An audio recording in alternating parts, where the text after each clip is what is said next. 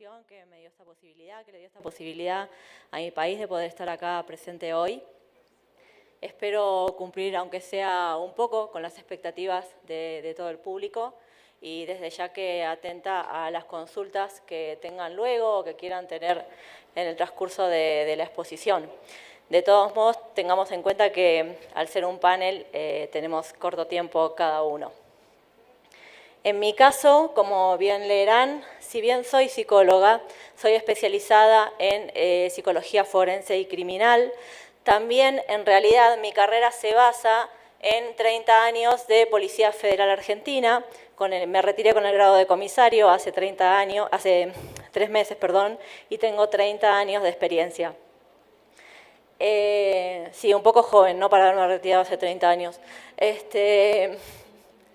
Eso sí, también soy bastante descontracturada, así que pido 1000 disculpas. O sea, no entro ni como policía ni como psicóloga. O sea, bueno, empecemos. A ver si me enseñaron bien esto. Ahí está. También soy egresada de la Academia del FBI en Cuántico. Entonces, vamos a hacer un pequeño raconto de cómo surge la unidad de análisis del comportamiento en el FBI. ¿Sí? Acá se los paso rápido porque en realidad es un poco de historia, así que no los quiero avasallar con todo esto, pero en principio vamos a saber que la unidad se creó en el año 1972 y fue con la idea de poder asesorar a los profesionales de la justicia penal de todo el mundo en diferentes casos. ¿Sí? Estos casos a lo largo de los años fueron cambiando. ¿Sí? En un principio sí es verdad que los casos que se hablaban eran específicamente de asesinos en serie, de homicidios y demás. Pero a lo largo del tiempo empezamos a tener las realidades de los diferentes países. ¿Cuáles fueron estas realidades? Vamos a tener los secuestros, vamos a tener las desapariciones de personas. Hoy por hoy, problemas como los que hablaba ayer respecto de los inconvenientes que tenemos con los adolescentes, ¿sí? Todo esto de los juegos en línea, todo lo que es la pedofilia, todos los problemas que tenemos por los delitos que tienen que ver con el abuso sexual, ¿sí? Y en muchos casos estos delitos traen como resultado final el asesinato de las personas. Ustedes ahí van a ver que a lo largo del tiempo se fueron creando, incluso dentro de la unidad de análisis del comportamiento, diferentes subunidades que iban dando respuesta a estas nuevas actividades delictivas que se iban presentando. Luego de eso,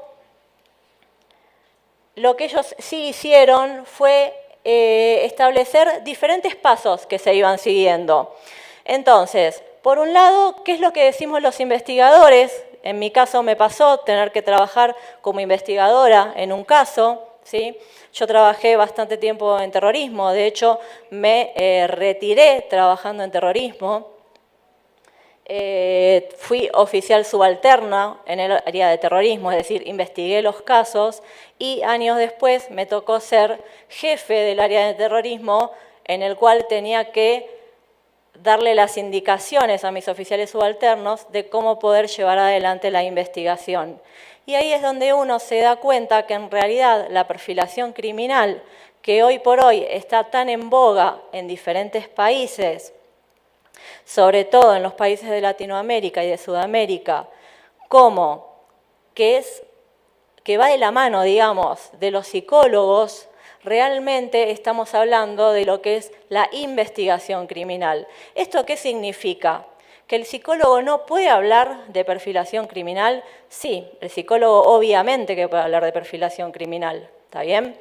Pero también los policías, hoy por hoy, para ir más adelante en una mejor investigación, están en algún modo obligados a saber de qué se trata esto de la perfilación criminal y, en todo caso, poder pedir la colaboración de los psicólogos para que los puedan asistir en tratar de interpretar cómo funciona la mente de esa persona que está llevando adelante determinado delito, determinada modalidad, y a partir de ahí poder avanzar de una mejor manera. ¿Por qué digo esto? Porque cuando nosotros hablamos del perfil de un victimario, ¿sí?, de aquellos que cometen el delito, también vamos a tener que tener en cuenta cuáles son los modelos que vamos a tomar para llevar adelante esa investigación, cómo vamos a evaluar ese crimen, cuál es el perfil de la persona que estamos buscando, ¿sí? El perfil de la persona que cometió ese delito, porque detrás del delito hay un individuo que nació de la misma manera que cualquiera de nosotros. ¿Qué quiero decir con esto? Que no sabemos qué puede surgir del hijo del vecino, del sobrino de mi familia, de mi propio hijo, ¿sí? Les doy un ejemplo muy simple. Ustedes tienen 3 hijos. Yo no tengo hijos. Ustedes tienen 3, 2, 4. ¿Todos son iguales? No. Y ustedes van a decir, ¿por qué este me salió tranquilo, este me salió terrible, este estudia, este se recibió en el colegio, este no? Porque todos somos diferentes, ¿sí? Lo que está dentro de la psiquis de cada individuo es diferente.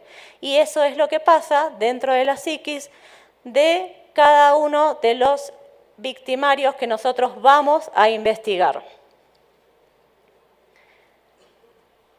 ¿Cuál es la estrella de esta investigación? Que podamos llevar adelante la detención de este individuo, ¿sí? Espérenme, que me hago lío con esto, perdón.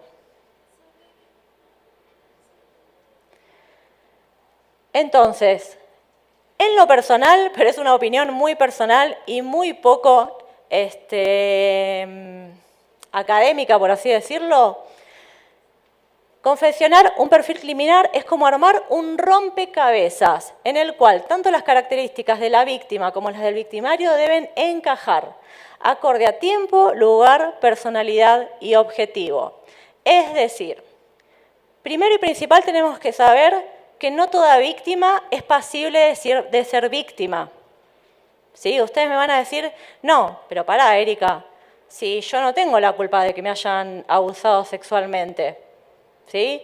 No, quizás la persona no, seguramente, ¿sí? Tampoco tengo la culpa de que quizás haya sido víctima de un asesinato, seguramente que no, ¿sí? Pero sí, el contexto en el cual se desarrolló fue la que la colocó en el lugar de víctima. A eso me refiero cuando digo que no todas las víctimas son pasibles de ser víctimas, ¿sí? No que hayan tenido la culpa, sino que el contexto no la acompañó en ese momento, en ese lugar, en la hora en la cual se estaba desplazando, en el lugar por el cual se estaba desplazando, etc. ¿Y por qué digo que es como un rompecabezas? Y acá ya sé que me queda 1 minuto y 7, pero hago 2 cosas más y termino. ¿Por qué digo que es como armar un rompecabezas? Porque si yo tengo una víctima y tengo un victimario y tengo, por ejemplo, el arma homicida, ¿sí? Si me falta alguna de esas 3 partes, una de esas partes que me falte, me va a indicar que el rompecabezas no lo estoy desarrollando de la manera correcta. Si yo tengo a la víctima con una herida de bala en la cabeza y tengo a alguien que creo que es el asesino, pero que no tiene restos de pólvora en la mano, ¿sí? O que no sabe ni siquiera cómo funciona un arma, claramente no va a ser el asesino. Y si tengo la vaina y esa vaina no corresponde con la pistola que sí tengo para haber cometido ese homicidio, claramente hay algo dentro del rompecabezas que no está, ¿sí?, completamente claro. A esto me refiero cuando realizar un perfil criminal es realizar un rompecabezas,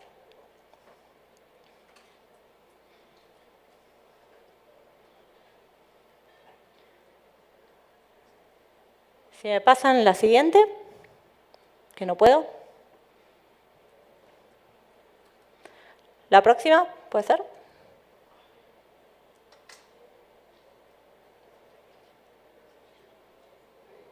¿Otra? ¿Otra más? Cuando hablamos de perfilación criminal vamos a tener que tener en cuenta al menos estos aspectos, ¿sí? Las psicopatías, los homicidas, los agresores sexuales, los sicarios, que en las últimas décadas son perfiles que tenemos que tener muy presentes en toda nuestra región, ya no solo países, en toda nuestra región. Y también en las últimas décadas todo lo que es el terrorismo, ¿sí? Entonces, la realidad es que nuestra región, hoy por hoy, se tiene que enfocar en la perfilación de estos 5 aspectos, que son los principales. Cada país sabrá cuál es el más importante para él y sabrá cómo desarrollarlo y cómo realizar su perfil. ¿Por qué digo cómo realizar su perfil? Porque el perfil es acorde a contexto y acá sí es algo muy psicológico. Nosotros los psicólogos decimos, la psiquis del individuo es acorde a contexto. Acorde a dónde se desarrolla un individuo, vamos a saber cuál es el camino hacia donde mejor se va a inclinar, hacia donde mejor se va a guiar, ¿sí? Hacia donde va a ir. El que sigue, por favor. Y no, seguimos hasta casuística, el primer caso.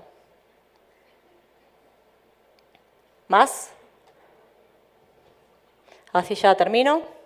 ¿Más? ¿Otro más? Nos quedamos acá. No, el anterior. Este es un caso que me tocó en lo personal. No es de asesinato, ¿sí? Es de Walter Broughton. Ahí le falta una N, perdón por mi error. Walter Broughton era un violador serial de la zona de Marcos Paz, una localidad de la provincia de Buenos Aires, un área de muy bajos recursos de mi país. Fue condenado a 40 años de prisión. En un momento de la investigación se había escapado hacia Paraguay, hacia el país vecino de Paraguay. De hecho, se lo detuvo en Paraguay y en los últimos años se detuvo también a su hijo por exactamente el mismo delito, ¿sí? Violaciones en serie, también cometidas todas dentro de un auto, con una característica que también era muy importante, igual que su padre, sí o sí todas las violaciones las realizaba utilizando condones, ¿sí? Al igual que su padre, y tenían estas 2 características iguales. Ustedes me dicen, ¿crecieron juntos? O sea, mejor dicho, ¿el padre crió al hijo? La realidad es que en un 75% no, porque el chico estuvo con su padre casi que hasta los 14, hasta los 10, 12 años, porque después el padre cayó preso. Sin embargo, ¿sí? Cometió y cayó preso por el mismo tipo de homicidio, de delito, perdón. Entonces, ayer me anoté 2 aspectos que hablaba el fiscal general respecto de algo que ustedes llevan adelante aquí en Aguascalientes, tanto la Fiscalía General como la Policía. Y él hablaba dentro de lo que es la prevención de las conductas antisociales, de prevenir estas conductas antisociales, y cuando hablamos de perfilación criminal y de delitos en serie, lo que tenemos que tener en cuenta son las sociopatías, ¿sí? No solamente las psicopatías, sino las sociopatías. Y las sociopatías sí o sí las tenemos que trabajar a través de la prevención. Es muy importante la prevención, porque si no llevamos adelante esa prevención desde las más tempranas edades, ya por más que intentemos realizar una reinserción social de la persona cuando sale de las cárceles, va a ser muy difícil que esa reinserción se pueda llevar adelante. y no tengo más tiempo, les pido mil disculpas, así que espero que haya sido útil, aunque sea esta parte. Gracias.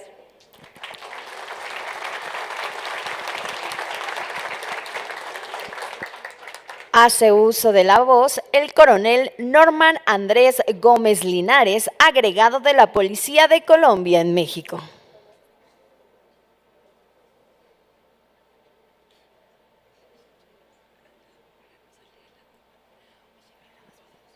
Bueno, muy buenas tardes para todos.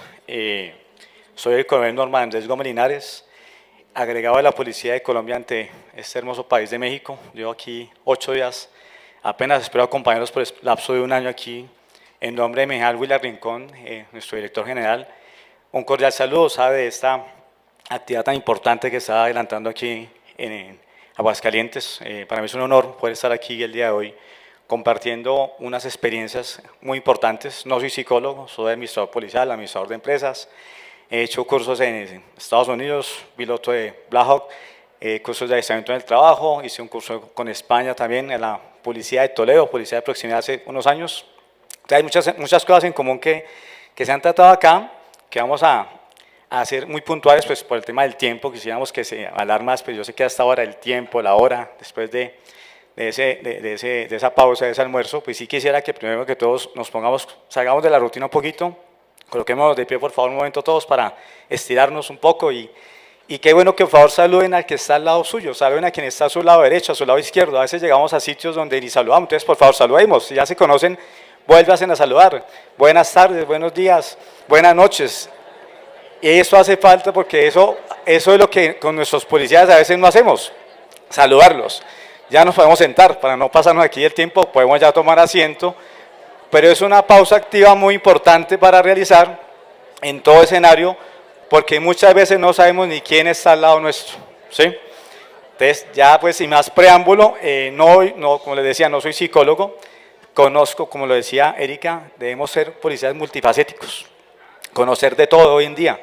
Uno como ser humano, más como nuestra profesión en la cual llevo 29 años y soy orgulloso de este uniforme que portamos, y ojalá todos lleguen a esas estancias, 32 años, 30, aquí hay mucha experiencia ya, gente jubilada, donde lo más bonito de esto es hacer lo que queremos con mucha pasión. Entonces vamos a ver un video muy rápido para que se ambienten de qué es Colombia. Hemos visto Colombia, pero miremos qué pasa en Colombia con todo lo que hemos hablado en estos 2 días tan importantes. Por favor el video, el inicial, y iniciamos con la presentación.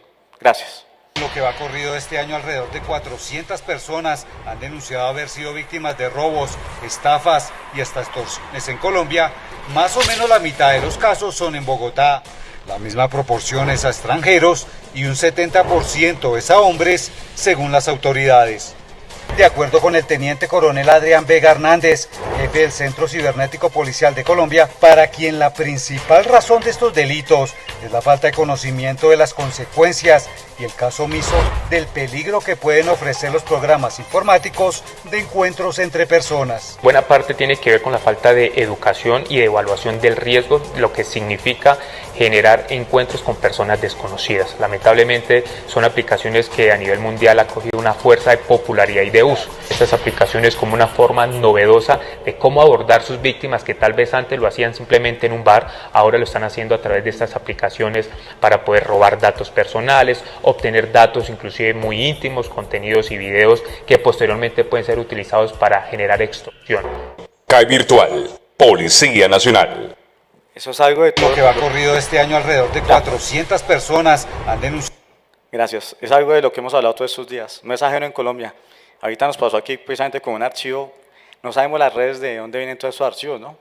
Por esas redes informáticas sale todo. Entonces, por favor, así la presentación, por favor. Ya el tiempo va corriendo muy rápido. Siguiente, por favor. La Policía Nacional como tal también tiene un centro cibernético policial. Es algo similar, no conozco el de acá, pero es aquí donde se analiza todo el tema de investigación por parte de la Interpol, que es nuestra agencia internacional, con la DIJÍN, para enfrentar estas conductas delictivas en materia de delitos informáticos, a partir de los enfoques preventivos, investigativos y análisis de evidencia física digital. Siguiente, por favor. De ahí lo importante que es las alianzas estratégicas, la cooperación internacional. En este caso, precisamente el martes es la cumbre de Ameripol en Bogotá, Ahorita les mostraré la invitación de parte del señor director. Y todo lo que se hace, este es un resumen del contexto nacional. Hoy en día esto es como el tema de la extorsión, que es lástima que no hay tiempo para hablar de eso. Ahorita hablaba con alguien acá, ya están haciendo los secuestros expresos, los falsos servicios. ¿Sí? Aquí ya no sabía que eso ya existía aquí en México, en Colombia es muy común eso. Entonces, qué bueno después poder abordar ese tema. ¿Esto qué son? Todas las atenciones de esos incidentes, no más delitos cibernéticos en el CAI virtual, que más adelante vamos a mostrar los códigos CUR que tienen para estos tipos de denuncias, los cuales, como pueden ver, han aumentado los últimos años, para no entrar aquí, pero últimamente, ya en el 2025 vamos a 64.638, pero mira en 2024, 77.000 denuncias por este tipo de delitos nomás en Colombia.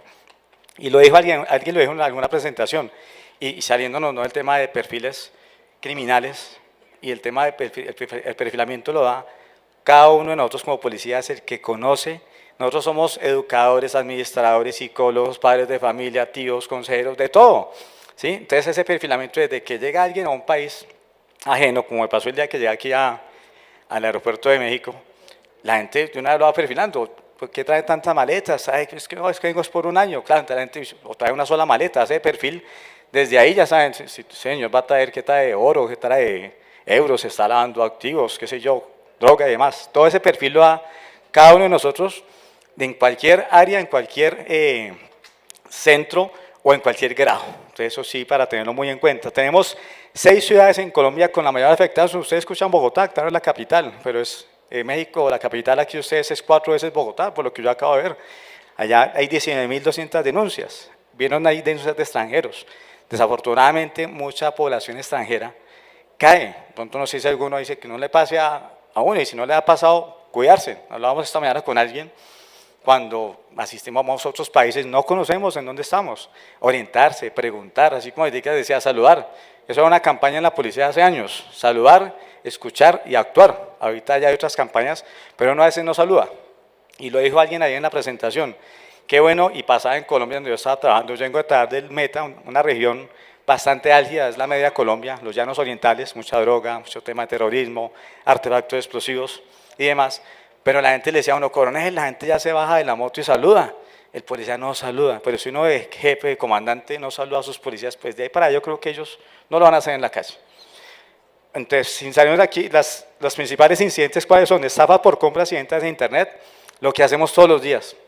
A unos para hacer el check-in del vuelo, del hotel, para comprar aplicaciones de Microsoft, para extender, todo en Costco, todo piden aquí, en toda parte del mundo, sus datos. Ayer es muy buena ayer la conferencia de Christopher, donde nos dio unas pautas importantes, donde nosotros somos muy vulnerables, nuestros teléfonos son vulnerables para todo, y nuestros datos personales. Todo, hurto de cuentas de WhatsApp, 1.200, falsedad personal en entornos digitales, suplantación, ahorita se va a ver. Suplantan a jugadores de fútbol, suplantan a los nacionales alcaldes en Colombia, autoridades militares también son suplantadas, todo esto de la IA y demás. Siguiente, bueno, aquí de pronto solo mirar datos en qué hurtos y medios informáticos, pues, el número de casos como tal, acceso abusivo a sistemas informáticos, violación de datos personales, nuestro habeas data, suplantación de sitios web, transferencia consentida de archivos, ahí lo hablaron también, interceptación de datos informáticos, obstaculización ilegítima del sistema informático de redes de telecomunicación. Algo importante que no sé si aquí lo manejan, las empresas de telecomunicaciones en Colombia son pieza fundamental para la DIJÍN, para todo este tema de datos primordiales o principales de cada una de las personas. Allá es Claro, Movistar, bueno, Tigo, otra empresa, donde hay mucha información que queda ahí, que es de suma importancia para poder la policía judicial, que allá tenemos policía judicial en la Policía Nacional y hay un cuerpo técnico de investigación que es la Fiscalía General de la Nación en Colombia, los únicos entes allá como tal. Siguiente, por favor, para no, ya quedan 10 minutos ahora sí. ¿Qué capacidades tiene ese centro cibernético policial? Es un CAI virtual 24 horas, de 24/7 como tal, tenemos un proceso de gestión comunitaria, ¿sí? Y de ahí la importancia de la comunidad, ese acercamiento a la comunidad, ese curso de policía de proximidad que España lo replicó muy bien, Colombia lo volvió a retomar ahorita después de 15 años que se había quedado atrás, es la policía de a pie, creo que aquí también la tienen, creo, con otro nombre, pero la policía cercana, la policía que va en bicicleta, a pie, hablando con la gente, retomando información de la gente del común, que le sirve eso a la gente, al personal de policía judicial o de inteligencia para analizar datos, hechos, poder ser primer respondiente en caso de una denuncia. Allá tenemos la denuncia in situ también como tal, yo recibo la denuncia ahí, hay una segunda instancia, hay una inspección también de policía, etcétera, hay unas instancias como tal. De ahí se habla todo esto. Entonces, balances de cibercriminalidad, boletines y videos informativos como el que acaban de ver, generación de alertas, campañas de prevención, gestión de bloqueo de páginas de ser necesario, preservación de información, búsqueda de información pública, identificaciones de vulnerabilidades. Todo esto de la mano de la Interpol. Es clave todas estas cartas como tal de la Interpol, que ha sido un apoyo fundamental para Colombia. El C4 también, que muchos lo conocen también. Tenemos canales de atención, vía WhatsApp, vía Gmail o Gmail también. ¿Sí? Tenemos un convenio de Budapest, donde está Interpol, Ameripol, el G7, Europol y Europa como tal. Tenemos una persecución penal, ¿sí? La Dirección Nacional Especializada contra los Delitos Informáticos, desde el 12 de marzo del año 2009, analiza todos los delitos de alta tecnología, la afectación de niños, niñas y adolescentes y los entornos digitales. Aquí está la clave de todo, yo creo. Yo trabajé mucho con policía comunitaria, el tema de la primera infancia o la segunda instancia, nuestros menores, es donde está todo. Yo creo que este perfilamiento de esos criminales o delincuentes o bandidos, como lo queramos llamar, o personas de pronto en otros roles, el que es delincuente, yo les decía esta mañana, el tema de los outsourcing de armamento, allá alquilan armas de fuego en Colombia, las alquilan para hacer sus hechos delictivos, pero son poblaciones vulnerables, son en esta primera infancia donde está la clave de que todas las autoridades, todas las entidades, alcaldías, en el caso de Colombia, gobernaciones, desde gobiernos, se hagan todos los planes necesarios para que esta primera infancia se ocupe en actividades deportivas, lúdicas, recreativas, artísticas, qué sé yo, y eso ha mejorado y ha cambiado ya el pensamiento, porque yo de ver a un delincuente, ellos de ver a su hijo, que es amigo del policía, que está allá en esa actividad, ese delincuente ya la va a pensar para hacer algo contra el policía o hacer alguna fechoría, porque mi hijo ya está integrado con las instituciones. Y el día de mañana le diga, papá, quiero ser policía, quiero ser militar, puede pasar y pasa mucho en nuestro país. Fraudes informáticos, la ley 1273 del 2009 y el cibercrimen organizado, que la pandemia, el COVID dejó todo eso. Para mi concepto yo creo que el COVID, todo ese estudio virtual de nuestros hijos, de nosotros en casa con un computador comunicándonos con el trabajo cada día, eso fue lo que veo que hoy en día los jóvenes son unos cibernautas, la verdad. Tengo una hija de 9 años, eso maneja televisor mejor que uno, la tableta, el teléfono. ¿Sí? Mi otra hija de 14 también, y se comunican, como decían ellos, por claves. Ahora toca estar pendientes de qué claves están usando. Y ellos mutan esas claves, en 8 días van a ser otras, y en un año van a ser otras, pero son unas mentes muy prácticas, muy ágiles, diferente a lo que fuimos nosotros, yo creo, en nuestra infancia, o la gran mayoría de los que estamos acá. Tenemos un análisis de evidencias digitales. Ojalá algún día pudieran conocer este centro informático. No hay el tiempo de pronto es un video más ilustrativo de lo que se hace allí. Tenemos unas direcciones, hay una escuela como tal que integra todo esto allá en Colombia, la Dirección de Protección, que también maneja todo el tema del turismo. El turismo, lo que hablaba ahorita que preguntaba por el tema de la pornografía y demás, se ve en Colombia, ¿sí? Hay gente que va de otros países solo a buscar eso y drogas, desafortunadamente en Cartagena se ve mucho. Lamentablemente una ciudad tan bonita se ha dañado mucho con el tema del turismo sexual, ¿sí? En Pereira, el turismo de la droga, los llevan, le dan heroína, coca, marihuana, le pagan 1 millón de pesos, lo llevan por la noche, le ponen chicas esa noche también, al otro día lo botan como un bulto, los he visto cuando los tiran de los carros como un bulto, y son gente de bien. Entonces los papás buscando a su hija donde estaba en la ruta de la droga en Pereira. Eso fue hace 2 años que estoy trabajando allá. Entonces es un tema complejo, ha mejorado mucho, la verdad, no, Colombia no está insegura como no, créame que es más las noticias que lo que está pasando, hemos tenido problemas como todos, creo que toda la historia. También de este grupo hace parte de la Dirección de Inteligencia Policial, clave, sin inteligencia no hay nada, sin información no hay nada, sin tecnología, sin drones, sin todo eso. La Dirección de Antinarcóticos, trabajé en ella 19 años, como les decía, como aviador, muchas operaciones a nivel país, el tema de las drogas, sabemos cómo está ahorita ese tema allá en nuestro país.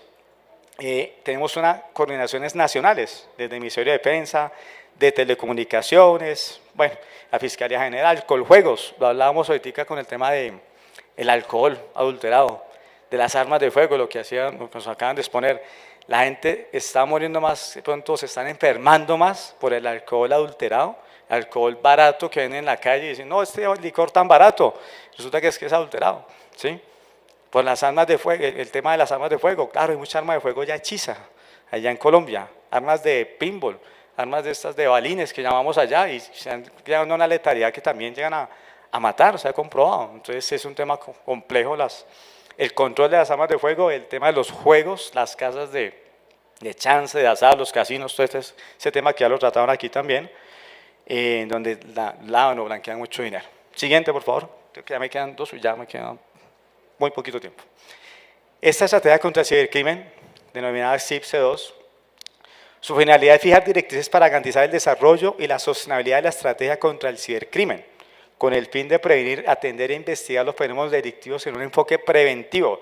De aquí lo importante es la prevención. Uno no hace nada como policía, ir a hacer un levantamiento de un cadáver, ¿no? Que hay un muerto, 2 heridos y sí, recuperar el arma de fuego y un capturado, pero ya hay un hecho de vida, ya tengo un muerto, ¿sí? Ahorita en Colombia estábamos en las estadísticas, el promedio diario de muertes en Colombia son 60 personas en el día.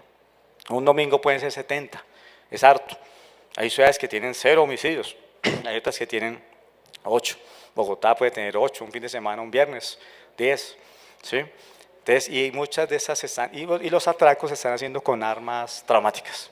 Esa charla de mañana va a estar muy buena, ojalá puedan estar, porque eso está mutando, ya están diseñando en 3D y demás.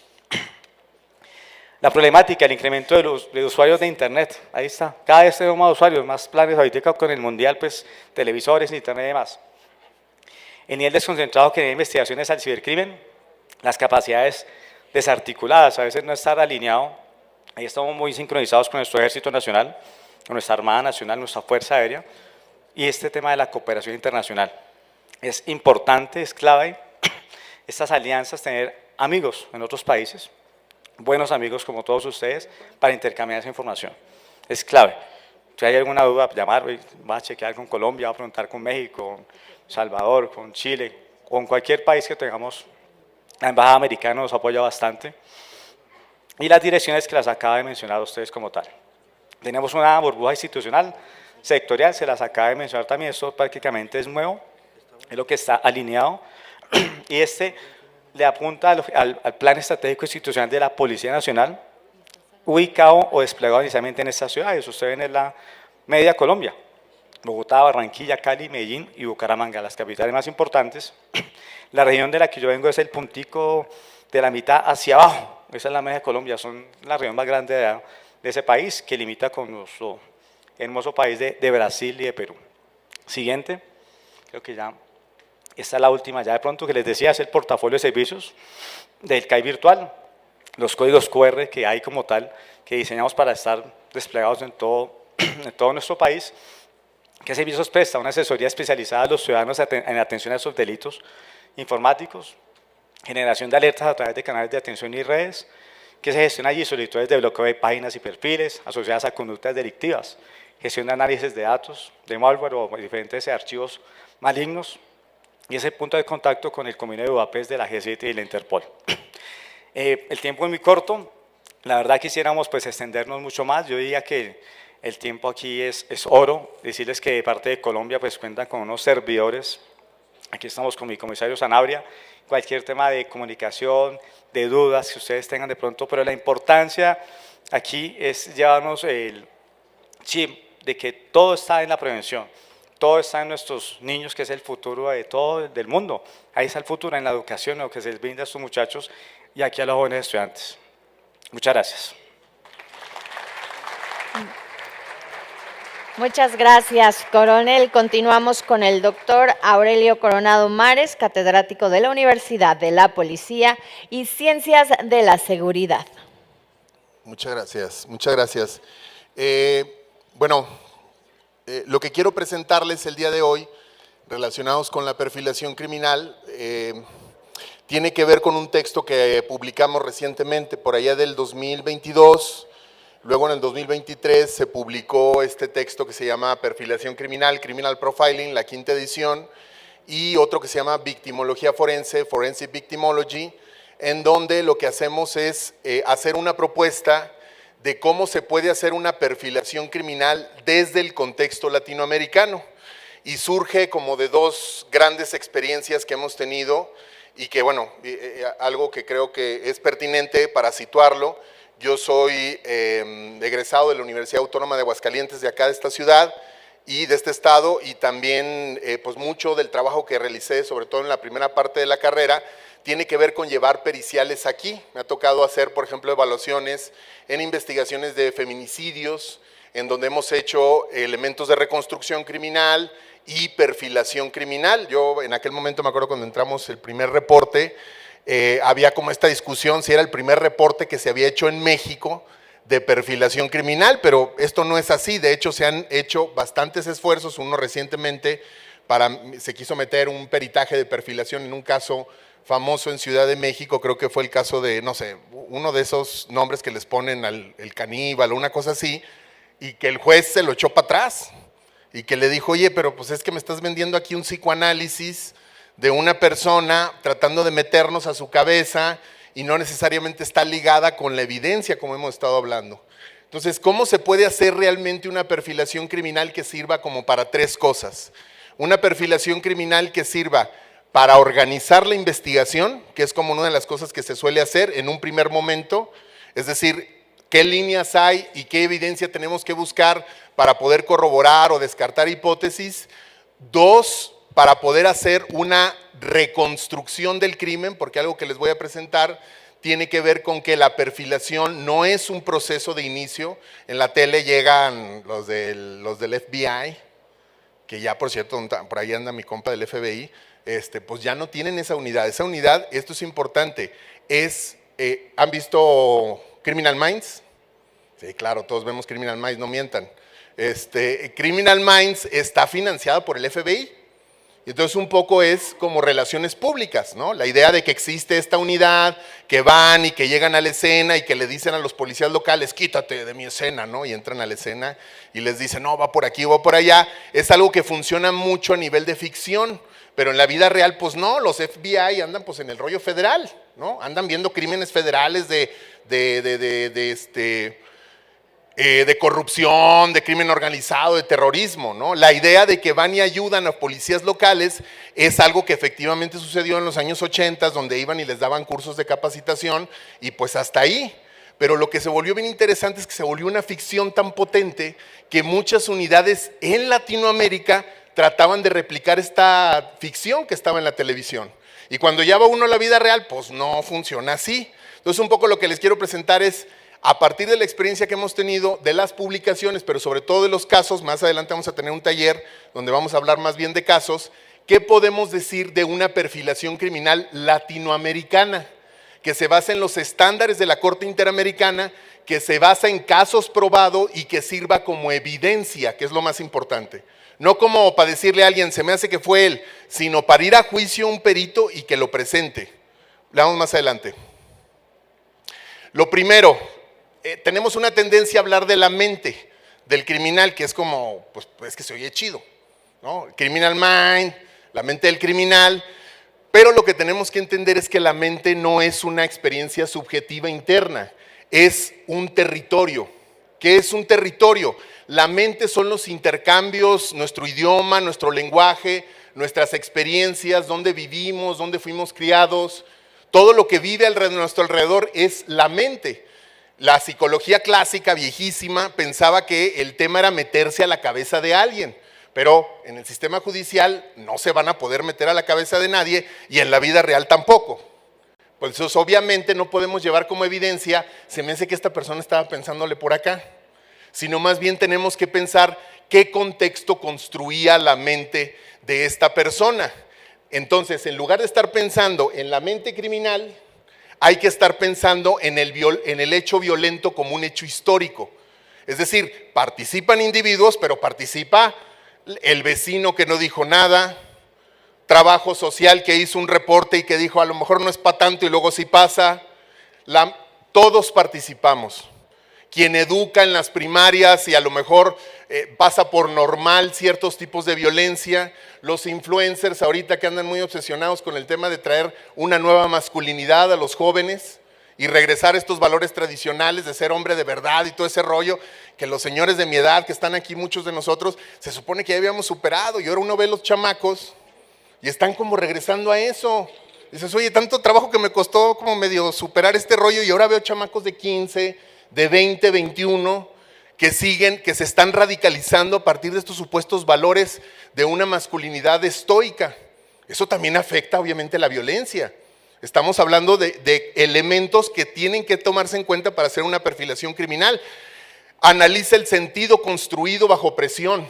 ¿Qué es la presión? En el taller que vamos al rato voy a hablar de algo que se llama análisis de la restricción del contexto, que lo publicamos en el libro Criminal Psychology, Psicología Criminal, y hablamos de cómo el criminal y la víctima están bajo presión. ¿Qué presión? Esa es la que tenemos que investigar. En lugar de estar viendo la escena como un espacio, hay que verlo como un espacio dentro de un territorio, de un lugar más grande. No es lo mismo que hayamos encontrado a la víctima, por ejemplo, en su casa, en un fraccionamiento aspiracional en Aguascalientes, a un centro de detención migratorio. Ese lugar, aunque en términos criminalísticos le pondría cerrado, abierto, mixto, lo que usted quiera, pues eso son categorías muy descriptivas. Necesitamos saber qué es esto en términos del lugar en donde se encuentra. Es decir, hay todo un rollo que se llama geografía, perfilación geográfica, que supuestamente vas poniendo acá como pines y luego dices, se me hace que el asesino vive aquí. No, o sea, es tele eso es tele, pero en la vida real sí se puede utilizar la territorialidad. Mucha de la información que tenemos se puede pasar por ahí. Le damos más adelante. Más adelante. Un principio número 1. El centro no es la mente, pues, sino el hecho violento como un proceso. Y la perfilación es entender ese proceso, las variables que estuvieron involucradas y cómo ese proceso de violencia se repite en ese territorio y una y otra vez. No hay crímenes aislados. Cuando sale la autoridad a decir, esto fue un hecho aislado, es porque, lo está diciendo para la gente para que se calme, ¿no? Obviamente. Pero no existen los hechos aislados, ¿no? O sea, cualquier persona que haya estudiado la primaria sabe que todo hecho está conectado con todo lo demás y hay que entender todo lo demás. Pero por eso se centran tanto en la mente, porque si te centras en la mente, pues los mentes es un monstruo, es una cosa que salió de la naturaleza, es una persona que está obsesionada desde su infancia. No, es un hombre común en un contexto, es un hombre, fíjense, el agresor es una persona que tiene comportamientos esperables en un contexto anormal. No son anormales ellos. Lo anormal es el entorno en el que viven. Le damos más adelante.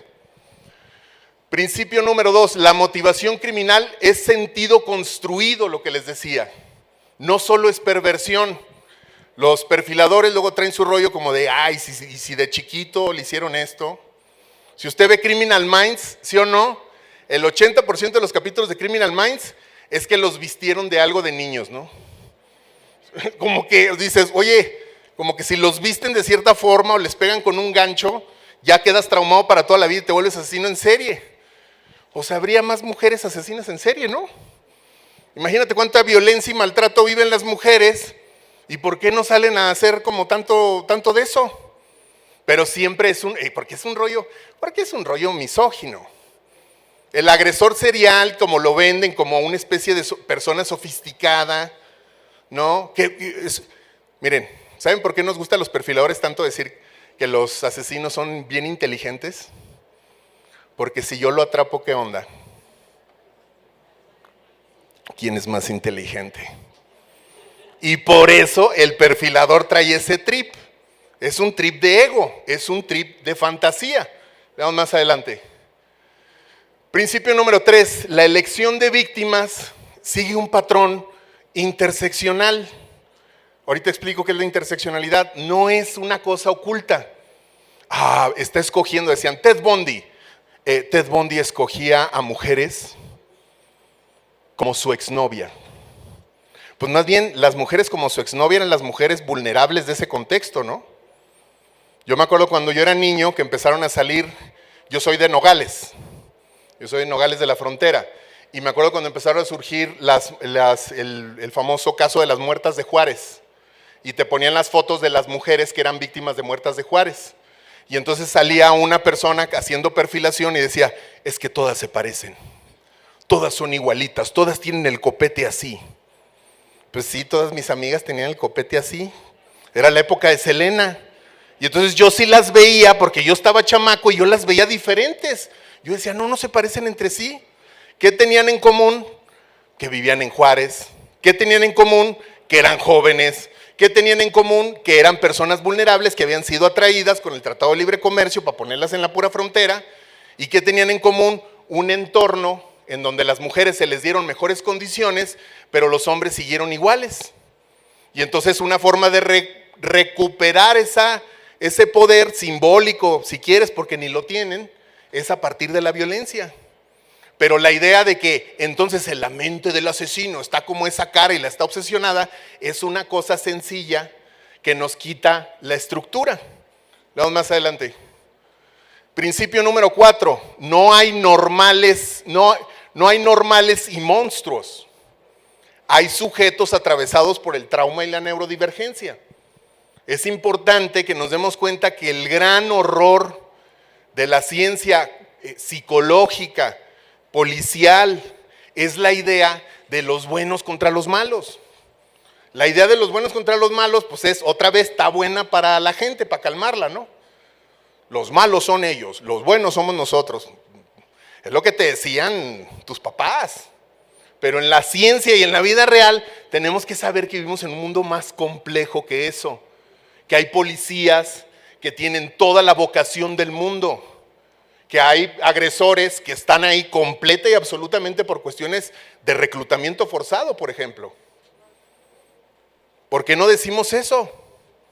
En México hay casi 40,000 personas desaparecidas. Para los que no conocen México, estamos en un territorio donde tenemos 140,000 personas que no sabemos dónde están.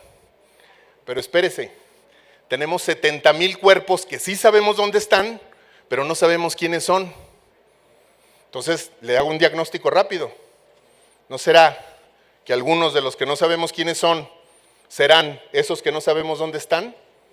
Y esos 70,000, al final del día, ¿qué nos dice? Que detrás de las desapariciones hay dos problemas. Homicidios ocultos, obviamente, y reclutamiento forzado, que es lo que está pasando en territorios empobrecidos. Es una nueva generación, los policías se están enfrentando ya no al crimen, esta idea, ¿no?, organizada, se están enfrentando a una estructura que está en crisis y tenemos que reconocer esa crisis para poder avanzar. Vamos más adelante. Principio número 5, cada caso es un concentrado del contexto. Tuvimos la oportunidad de trabajar en la Fiscalía General de Colombia como parte del proceso de paz. Ustedes sabrán que Colombia entró en un proceso de paz que implicó un proceso de justicia transicional. La justicia transicional tiene que ver con, ¿sabes qué? Esto ya está demasiado. Alcancemos dos cosas, verdad y reparación. No sé si vamos a alcanzar castigo, cárcel para todos, verdad mínimo, verdad. Y en ese proceso tuvimos la oportunidad de colaborar con la Fiscalía General de la Nación y diseñamos un protocolo de caracterización victimológica, que es el protocolo oficial que utiliza la Fiscalía de Colombia para la investigación de crímenes contra defensores, defensoras de derechos humanos y líderes sociales. Porque allá en Colombia, cuando hay una persona que es defensora de derechos humanos y está en peligro, lo primero que se tiene que hacer es investigar el crimen pensando que su labor es la que está de por medio para que sea víctima de violencia. Eso también debería pasar aquí. De hecho, hemos trabajado aquí con la Fiscalía de Oaxaca haciendo análisis de contexto. Y eso lo que nos lleva, pues, es un poco a pensar que lo más importante de una perfilación criminal latinoamericana es el análisis de contexto. Cada policía, cada fiscalía, cada institución que se encuentra aquí necesita analistas de contexto, pero necesita analistas de contexto que no hagan la burocracia, porque les va a empezar a pasar, ya lo vi, que ponen a los de análisis de contexto y un homicidio en Saltillo. Saltillo es un estado, una región con mucho machismo y el INEGI dice, y sí, ¿esto qué tiene que ver con el caso? 6 meses en un documento en donde me hiciste como una monografía del lugar, en lugar de ver cómo se relaciona con la evidencia. Eso es lo que tenemos que hacer, pasar del lugar al territorio y del territorio a regresar a ver la evidencia y reinterpretarla. Más adelante. Principio número 6, también perfilamos al sistema de justicia. Así como hay modus operandi de agresores, también hay modus operandi de investigar feo. O sea, algo que yo empecé a hacer cuando empecé a viajar, dije, lo mismo que está pasando en Aguascalientes está pasando en Querétaro, y luego en Guatemala, y luego en Chile. Acá vamos a estar en Chile, estamos trabajando en Viña del Mar y en varios lugares, Chillán. Y yo iba a los juicios allá y decía, no, pues es que acá el sistema acusatorio está potente. Y sí está, pero los peritos están diciendo las mismas mentiras que acá. Lo mismo. En Colombia los policías son profesionales, ahí sí para que vean, pero los peritos, que son los que a mí me interesan, también están diciendo puras mentiras. ¿Por qué? Porque no avanzamos. ¿Y por qué no avanzamos? Porque todos los territorios tenemos más o menos las mismas crisis, y las mismas crisis tienen las mismas sentencias de la Corte Interamericana, y ya está todo en protocolos. ¿Por qué no lo estamos aplicando?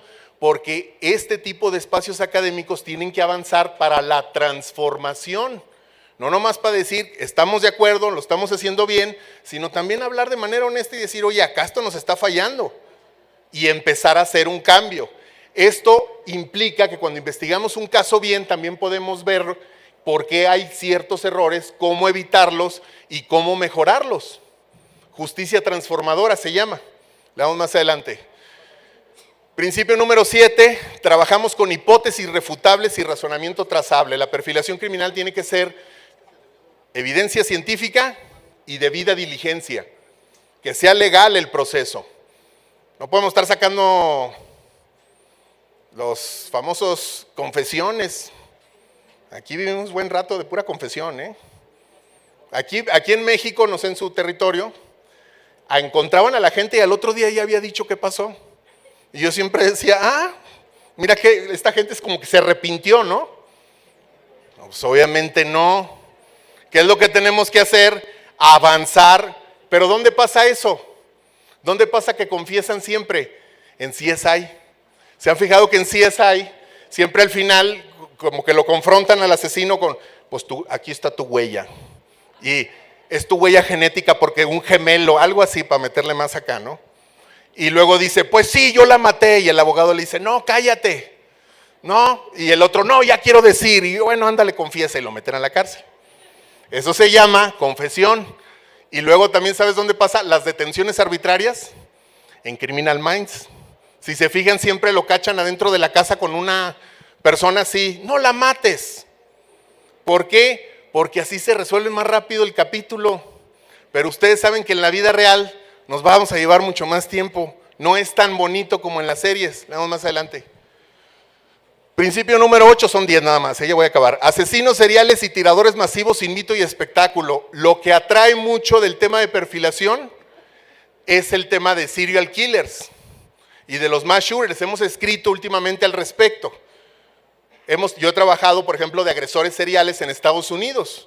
Viejitos, casos de los 80s, que hay un ADN nuevo y que hay que volverlo a ver.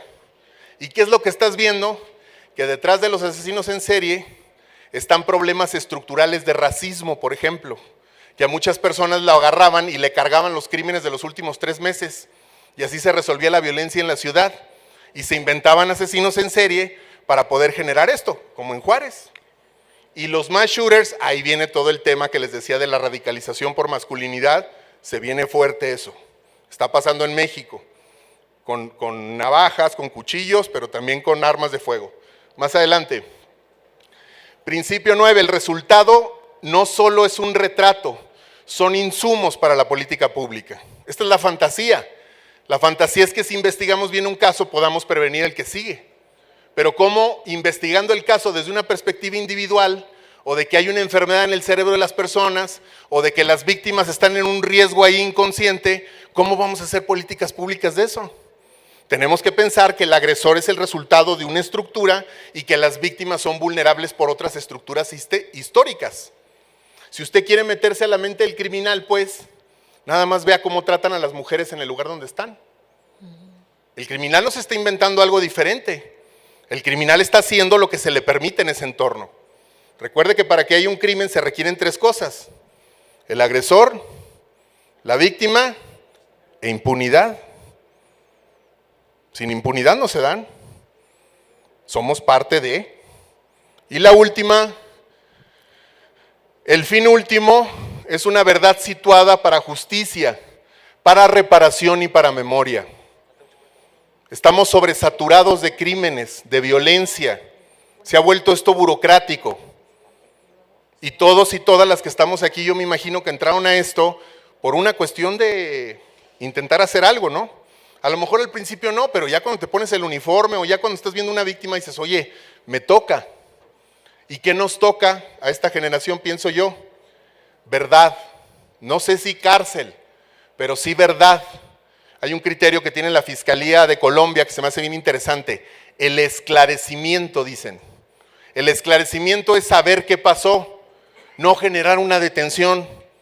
Por favor, dejemos de estar solamente haciendo política pública, fiscal y lo que sea, basados en la idea de detener, de encarcelar, porque si ustedes tienen ese tipo de indicadores, ¿qué van a hacer? Pues detener a personas que se tienen que detener o que se pueden detener. Pero si el objetivo es esclarecer, entonces vemos la calidad de la investigación y no la cantidad de casos cerrados. Las cuotas por detener personas, las cuotas por generar sentencias son una idea que, bueno, con todo cariño a mi universidad, TEC de Monterrey, que no es mía, pero es el modelo TEC de Monterrey, que es el modelo de eficiencia, que sirve mucho si usted está haciendo productos, pero no si está impartiendo justicia. Piense usted que no estamos generando ningún producto. Piense usted que cada intervención es una forma, es una manera de aprender usted qué es la violencia, cómo podemos llevar justicia y finalmente cómo podemos dar verdad, esclarecer. La perfilación criminal debe ser eso, esclarecimiento. Muchísimas gracias. Gracias, doctor. La pregunta con la que abrimos este intercambio de ideas la realizará la maestra Carla Valeria Baltasar Torres, parte del Instituto Ciencia Aplicada y docente de la Universidad de la Policía. Adelante.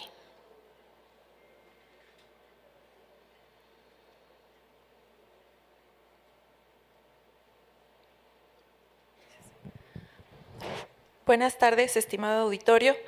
Quisiera consultarles a los expositores del panel en sus respectivos países de origen, ¿qué se entiende por perfilación criminal? ¿Cómo es que se ha llevado a cabo? ¿Para qué sirve y en qué fundamentos científicos y metodológicos se sustenta?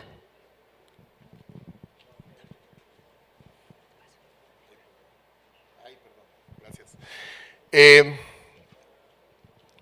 ¿Qué es perfilación criminal? Yo creo, bueno, hay diferentes formas. Perfilación criminal puede ser muchas cosas, puede ser, lo estábamos platicando, ¿no? Como por ejemplo, no sé, alerta aeropuerto, ¿has visto alerta aeropuerto cuando están llegando? Ellos perfilan, o sea, como que dicen, tiene ciertas características que amerita una revisión.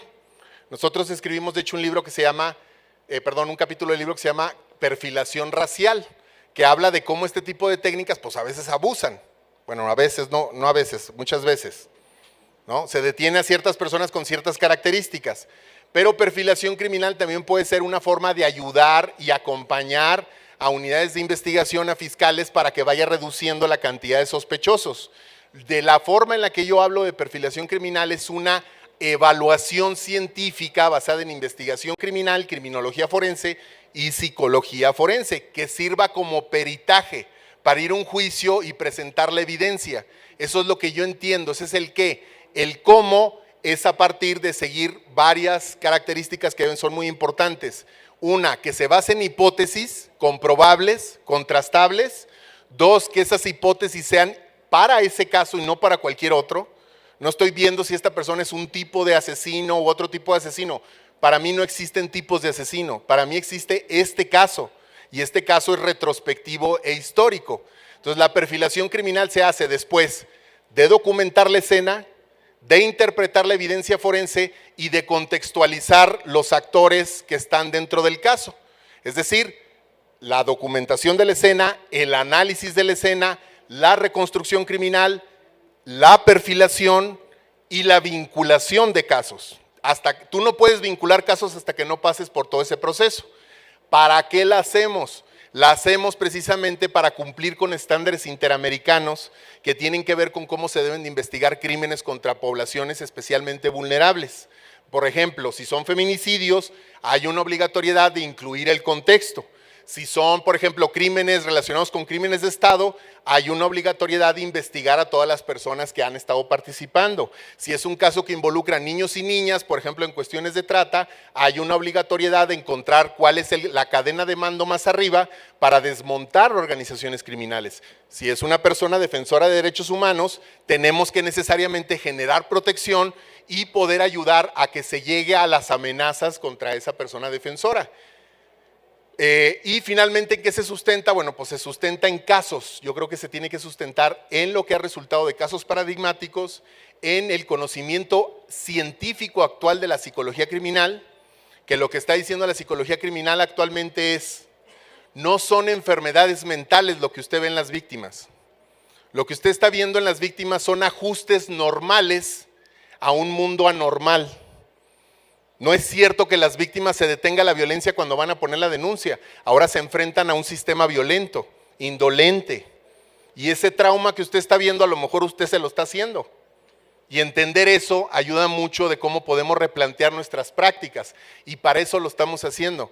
Para transformar la realidad o por lo menos documentarla hasta que llegue alguien que la quiera transformar.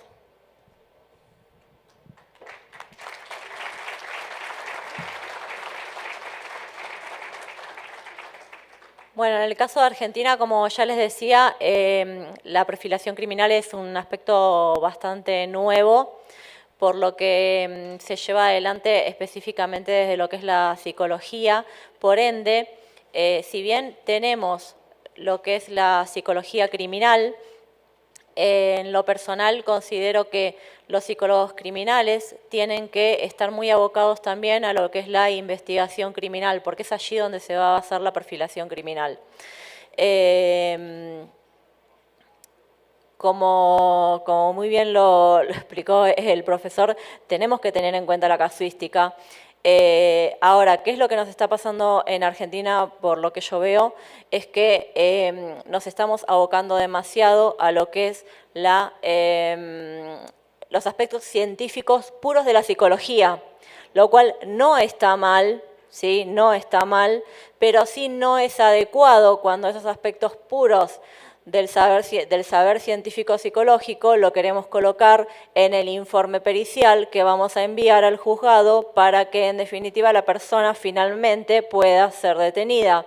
Entonces lo que tenemos que ajustar es justamente esa parte, traducir el saber científico en la psicología criminal, que es la que finalmente nos va a permitir escribir ese informe pericial acorde a lo que estamos investigando y acorde a poder realizar un correcto perfil criminal sobre el delito que estamos investigando.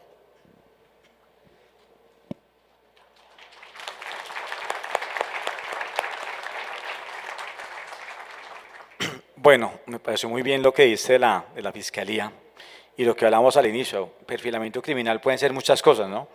Lo dice con el tema del aeropuerto, allá lo hacemos como reconocimiento en fila también, que son 8 personas a ver quién se le parece, quién fue ese asesino o esa persona que cometió ese delito, se hace así en Colombia, en la Fiscalía. Y como lo han mencionado ustedes, el órgano técnico científico, porque esto es técnica y científicamente se debe aclarar. Y hemos tenido casos en Colombia, no sé si lo han escuchado, el tema de Garavito. Era un violador asesino en serie que después de muchos años pues, pudo haber, pero con su captura. Y hay varios casos así en Colombia. ¿Qué pasa? La Policía Judicial de la Policía Nacional, el CTI y la Fiscalía como tal, tienen sus psicólogos, tienen sus grupos especiales encargados de poder anteceder. Pues es algo muy difícil porque es que estos asesinos como tal no son fáciles de detectar muchas veces. Son personas que si nos damos cuenta después, oh, esta persona tenía antecedentes de que fue huérfano, su papá lo maltrató, su mamá lo maltrató, un hogar disfuncional, etcétera. Pero muchas veces pasan desapercibidos en mi país, pasan muy desapercibidos esas personas. Y como son, casi siempre es con menores de edad, lo has dicho tú, personas vulnerables, grupos étnicos, raciales, indígenas y demás, en este caso los defensores de derechos humanos, que son personas protegidas en nuestro país, es lo difícil allí de identificar. Es tanto los problemas que tiene nuestro país, la verdad, que es sumamente difícil y a veces las personas prefieren callar, las madres de familia, las personas que son víctimas. Eso empieza desde un abuso, ¿sí? Un abuso a veces, un tocamiento, un abuso sexual, un maltrato físico, psicológico, de momento de malas palabras, parte desde ahí. Pero entonces en nuestro país los dos encargados son la Fiscalía como tal, la Policía Judicial de la Policía Nacional, de tratar de buscar a esos asesinos en serie que de por sí así no se llaman en Colombia. Muchas gracias. Pasamos a las preguntas y respuestas de nuestro público. Por temas de itinerario, solo podremos realizar 2 preguntas. Les solicito dar el nombre del ponente a quien va dirigida.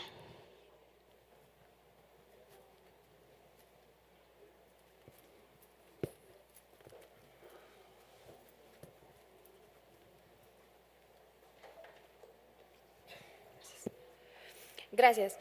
Bueno, mi pregunta va dirigida para el coronel Norman, sobre todo porque tocó el tema de que en Colombia es muy importante o fue una pieza clave la coordinación con otros sectores. En el caso de los ciberdelitos, observé en su plataforma que tienen una coordinación con Meta.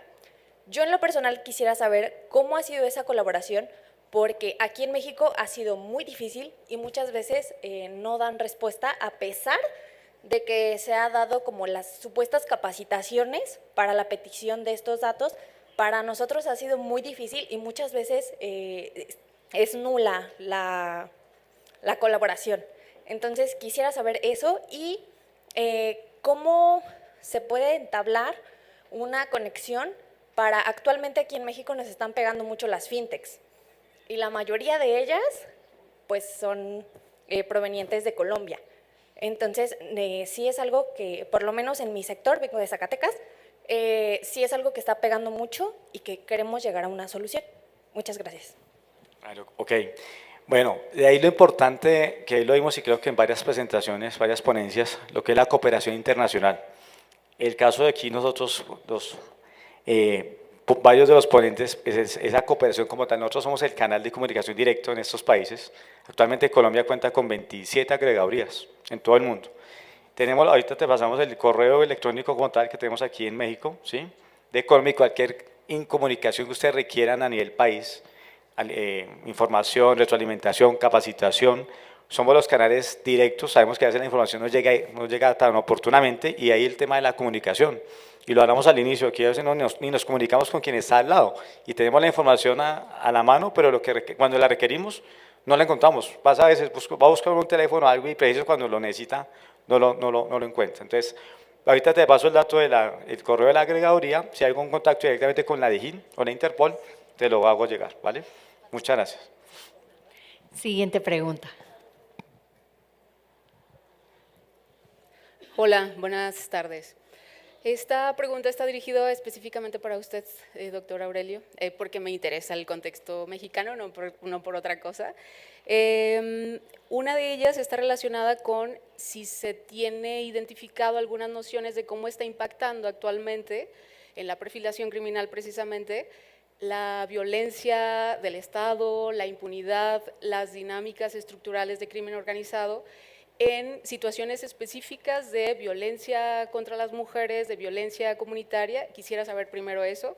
Y otra de las cosas que quisiera preguntarle es qué datos básicos mínimos pudiéramos tener o solicitar para poder realizar un estudio de perfilación criminal, sobre todo porque luego son estudios que se piden más bien cuando no se tiene otra cosa. Entonces lo que se busca es llevar la especulación a generar una supuesta evidencia, ¿no? Entonces, luego a nosotros en nuestra área nos ponen un aprieto porque se les dice, es que no tengo datos que analizar, o sea, ¿qué me estás pidiendo que haga, no?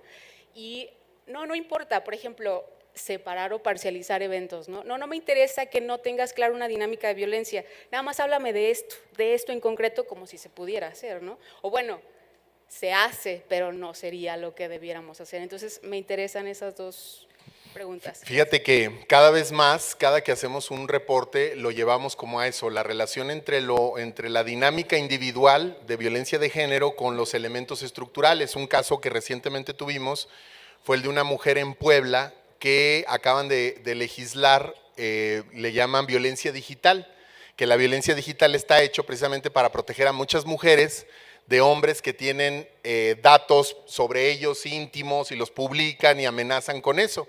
Y bueno, pues adivine qué pasó en Puebla. Ella es víctima de violencia, le roban, o sea, su pareja es como una especie de, ¿han visto El estafador de Tinder? Este documental, como esos, que van pasando como de una víctima a otra.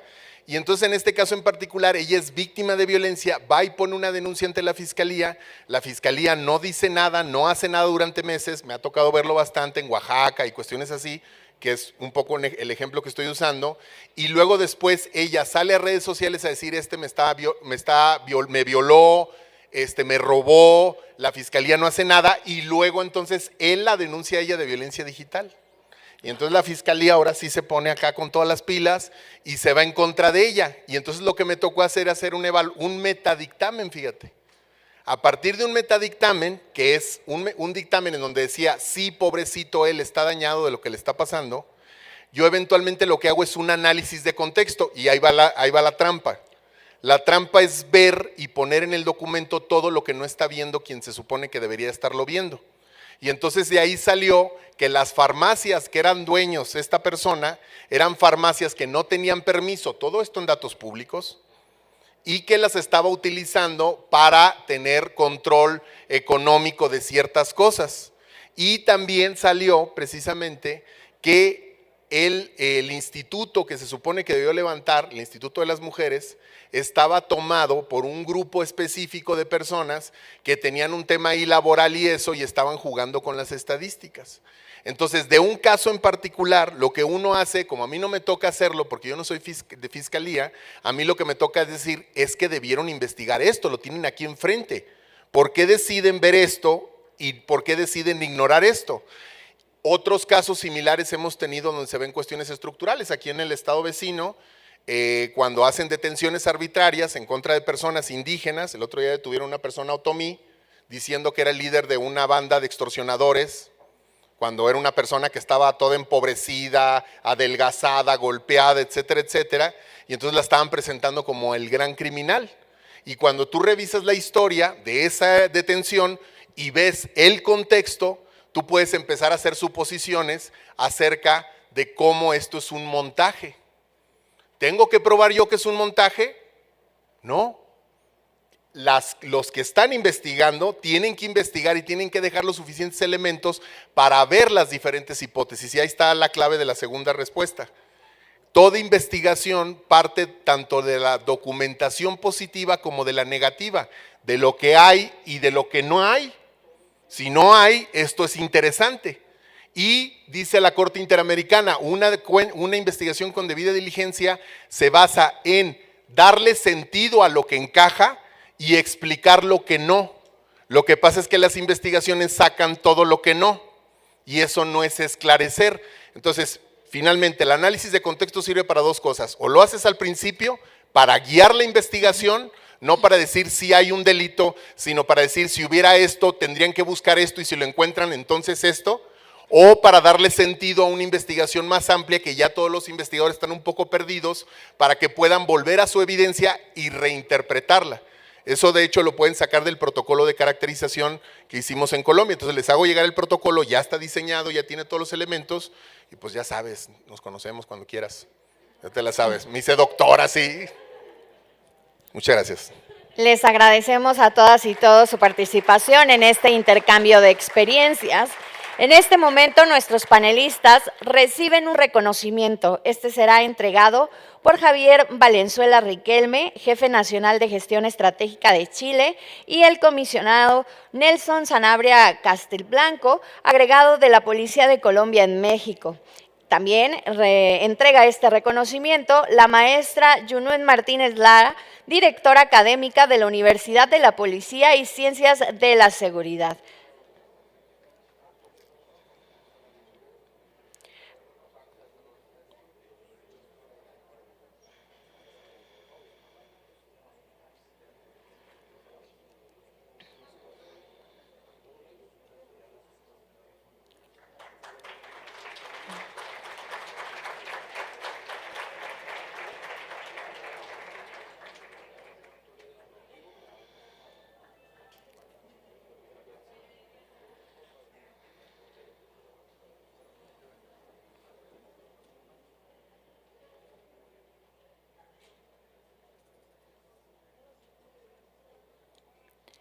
Agradecemos a todas y todos su presencia en este segundo día de conferencias del Tercer Foro Internacional de Seguridad y Justicia.